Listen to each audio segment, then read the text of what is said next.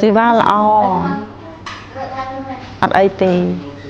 គូពេទ្យក៏រាកទាក់ថ្នាំក៏ប្រកែ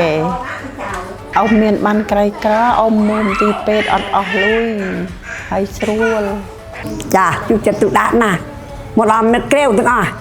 បានអស់ប្រាក់អស់អីទេសេវាកម្មនៅមន្ទីរសុខភាពកងល្អជួយចិត្តសេវាព្យាបាលលំកើតទូរាកទាក់អ្នកជំងឺហើយកើតវ័យថ្នាំទៅច្រើនត្រូវតែម្ដងជាងសាលមកគាត់អាចទៅជាចាត់ទុកតែពេលកម្មាទី2ណាកន្លែងនេះបាទល្អបាទព្រោះយើងអ្នកជំងឺកក់ក្ដៅទទួលពេញចិត្តជួយចិត្តគាត់អត់ចេះទុកយើងចោលគាត់ចេះសួរនាំឈឺអីទៅគាត់ឆាប់រស់រានជួយយើងតាំងពីខ្ញុំតាំងពីឪពុកក្មេកក៏មកទីនេះដែរបាទសប្បាយចិត្តបានលោកគ្រូអ្នកគ្រូកន្លែងនេះគាត់ទទួលរាក់ទាក់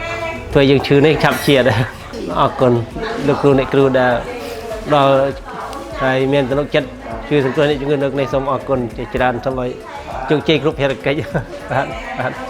អរគុណអ្នកគ្រូពេទ្យទាំងអស់ទុំក្មួយបានជួយអ៊ំបានថ្នាំឲ្យអ៊ំលេបជាប្រកែ